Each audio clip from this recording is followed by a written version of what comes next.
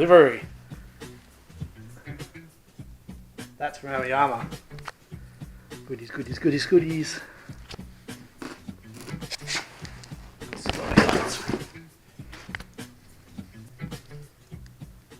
What does it carry? What is it?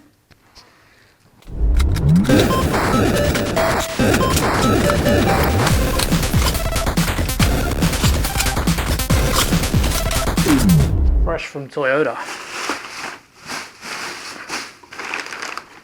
So the reason why the box is so big, this is a replacement door sill that will go on the side. The driver's side ones, that's the right one. It's got the cutout for the bonnet release. It's got all the clips. So that's cool.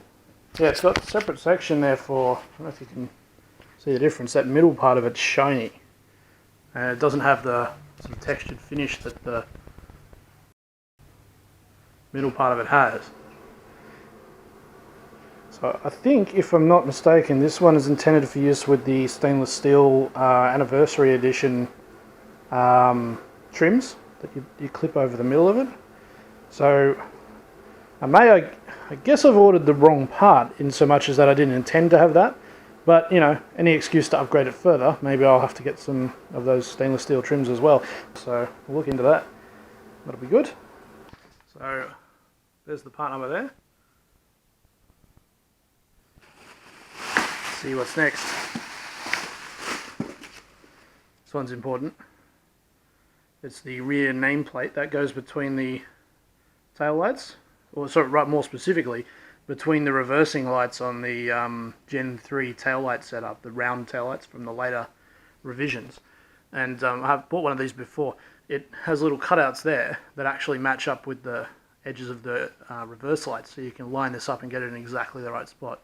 Because nothing's worse than a badge that's not on exactly straight. Have you ever noticed a car that you've been following and the badge has been moved to a position it's not supposed to be in, or it's not on straight? Just really irritating. So we won't be having any of that. We'll use this nice factory one, and we'll use the guides to put it in place, and that'll look really lovely when that's on.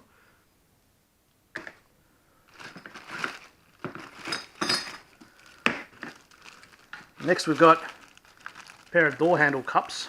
They're the cups that the opening lever goes around.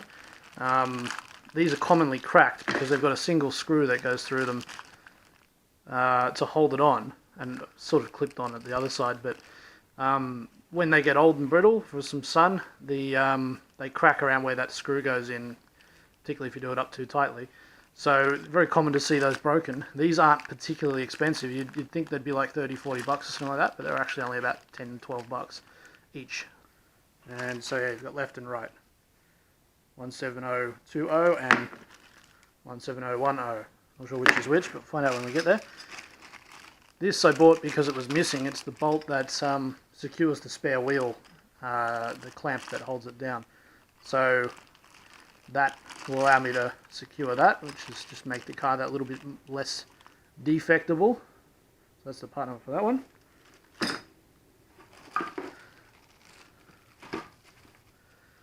This here is a brand new ashtray, complete with its lid.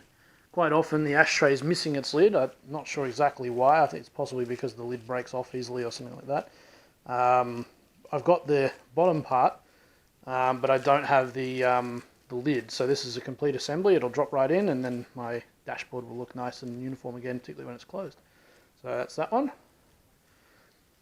81750 17040 and 81760 17040. So these are to go with a late model or Gen 3 taillight conversion. So where can I find one of those? Here's one.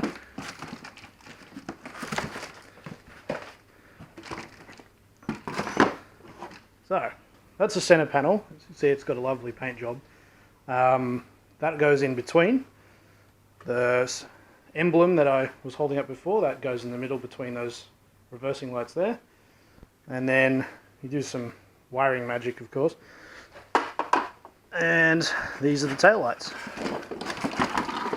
There's some L-shaped brackets that bolt these onto the back of the car, and that's the space where the side bit will go.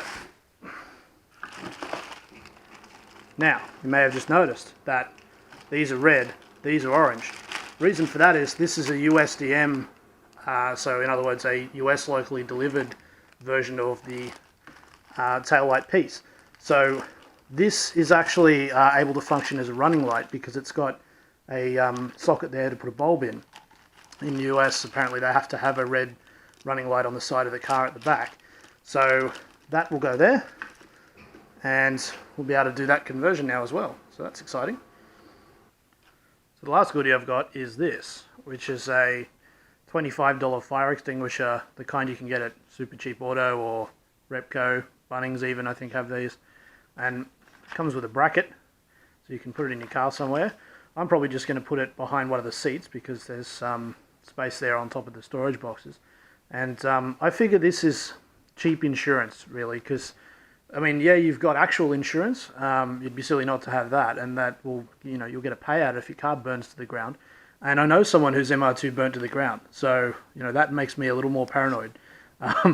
So I figure this is, you know, once I've put some effort into the car, when it sort of becomes mine and it's worth more to me than the sum of its, you know, like its replacement value or whatever the insurance company wants to pay you out, then I'd at least like to have a chance at stopping it from burning to the ground if that's what's going to happen. So this will give me that chance. I figure, you know, for 25 bucks, you're silly not to. I think everyone should have one of these in their cars. So that's that. That'll go in soon as well.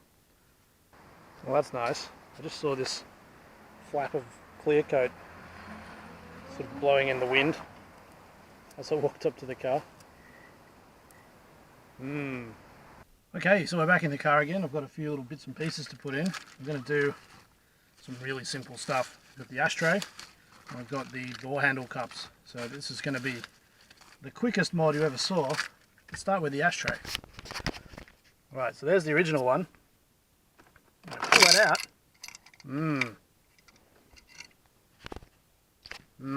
I might clean that at some stage. And I'm going to put this one in. Done. So, let's see if it works. Open, shut, open, shut, open, shut.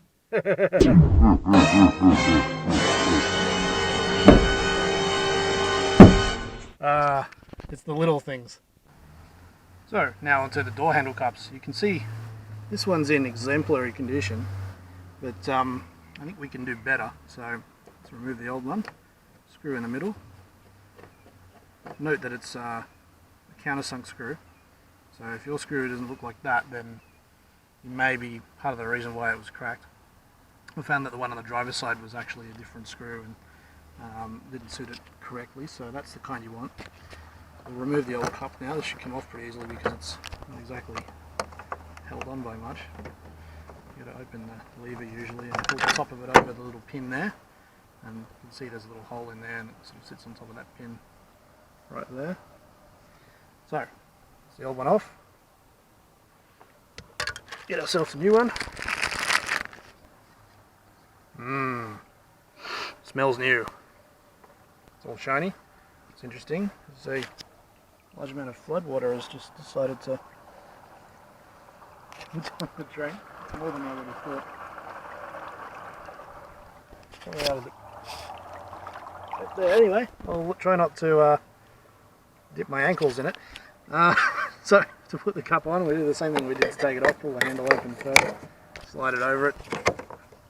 There is actually, I should show you first, there's a little tab on it here. So it wants to go into the corresponding little lug there. So do that, get that front end in first. So pulling it back far enough that it's going to recess into it. And then the other little trick is you've got to get the thing over the top of that little pin at the back. When you've done that, you should be able to see that your screw hole is in the middle of that countersunk hole. So you're not putting any sideways pressure on it with the screw. So I'm going to try really hard now not to drop the little screw into this water. So when you're putting this in, it's only to hold it in place. It's got clips that are kind of holding the rest of it. You don't need to tighten the shit out of this. It just needs to be tight enough that it's not going to rattle loose, and that's really all you want to do.